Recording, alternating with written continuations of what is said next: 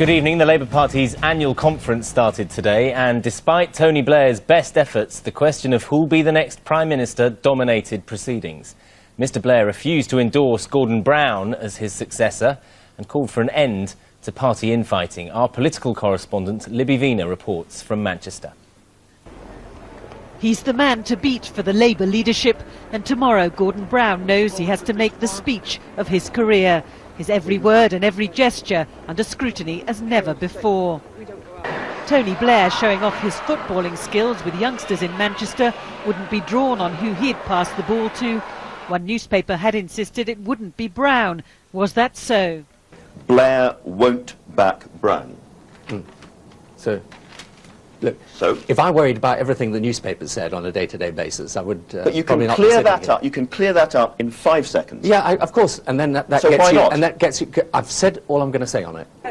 Cherie, posing on a mock tube train, perhaps she'll see more of the real one soon, was coy about whether she'd miss all this.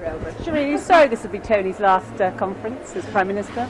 I keep saying I'm delighted at your inventiveness, keeping asking me these questions, but I'm not going to answer any of them. For Labour now, the only certainty is that Tony Blair will have done this, left number 10 before next year's conference.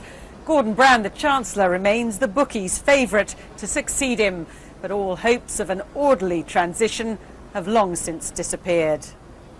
And tonight a warning shot for Brown supporters from his old arch-enemy Peter Mandelson about forcing the Prime Minister out.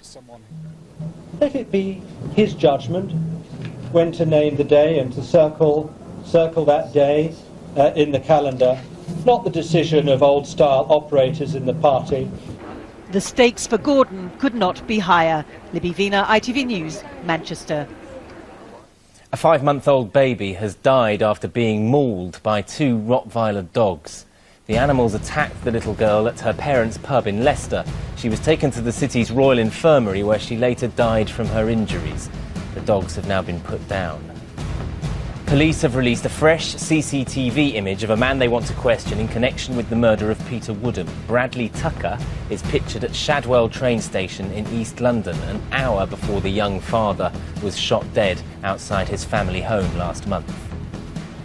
And 24 protesters have been arrested at East Midlands Airport. The group climbed security fences and staged a sit-down on the airport's runway. They said it was in remembrance of all the victims of climate change. Finally, golf, and Europe's Ryder Cup captain Ian Woosnam has hailed the influence of the crowd on his team's crushing victory over the Americans at Ireland's K Club. Europe's 18.5 to 9.5 point victory meant they won the trophy for the 3rd time in a row. Here's Guy McCree.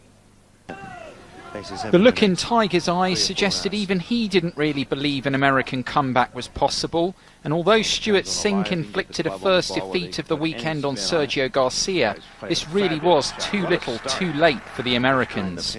An appearance from President Clinton unable to halt Europe's escape to victory. Luke Donald sank the crucial putt that retained the trophy, and moments later Henrik Stenson clinched outright victory. An emotional Darren Clarke capped an outstanding weekend with another win. Europe's captain Ian Woosnam, the mastermind of a record 3rd victory in a row, the coveted trophy due reward for an unbelievable team performance. Guy McCree, ITV News. And that is it from me. There are bulletins throughout the night here on ITV1, but from me and all the weekend team. Good night.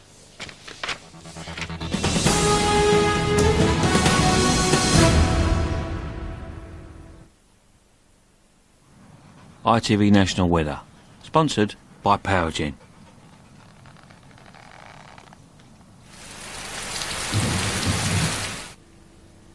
Hello again, good evening. After a mostly dry but fairly misty and murky sort of night, we're going to start the new week with once again a fair amount of mist and fog, some of that fog fairly dense in places. Now there is going to be a fair amount of cloud around to start the new week and some rain across East Anglia as well, but as we move into the afternoon that rain is going to move northwards up the eastern flank of the UK, so I'm afraid for northeastern parts of England and eastern parts of Scotland conditions rather going downhill for you into the afternoon. But elsewhere, as you can see, a mixture of sunny spells and showers, and the best conditions I think probably reserved for the south south and southwest of England, it is looking to be a fairly decent day for you. Now, temperature-wise, not too bad at all, at best around 21 Celsius. Disappointing across Scotland and briefly ahead to Tuesday. For most of us, sunny spells on the cards. Positive energy from Powergen. Perfect safari park weather. Not if you live in Sidcup, 118. 118118.com. For whatever, whenever, in all weather. Hello again. There's a very good chance of there being some rain around overnight tonight, and we'll also see some showers developing during the course of the afternoon tomorrow.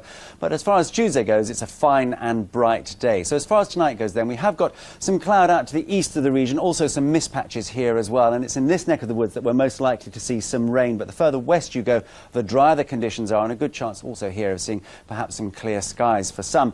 As far as temperatures go, it's another mild night. Values are going to get down to no lower than 14 degrees Celsius at the lowest. Now, tomorrow morning there will be some rain around first thing, once again favouring the eastern side of our part of the world. That's going to travel away northwards fairly promptly, and in its wake dry, bright conditions follow. But during the course of the afternoon, that sunshine could well spark off one or two showers. They could well develop into fairly heavy showers from time to time, but certainly won't ruin what is all in all a reasonably dry and pleasant day. Temperature wise, still very good values once again, highs of around 22 degrees Celsius, maybe even 23 degrees Celsius in the city itself. 23 is 73 degrees in Fahrenheit, and all of this accompanied by some nice light winds blowing in from the southwest. As I mentioned earlier on, Tuesday is a fine and bright day with light winds and pretty healthy temperatures as well, but slightly more unsettled for both Wednesday and Thursday. A breezier feel as well, and slightly more modest temperature-wise. A very good night to you.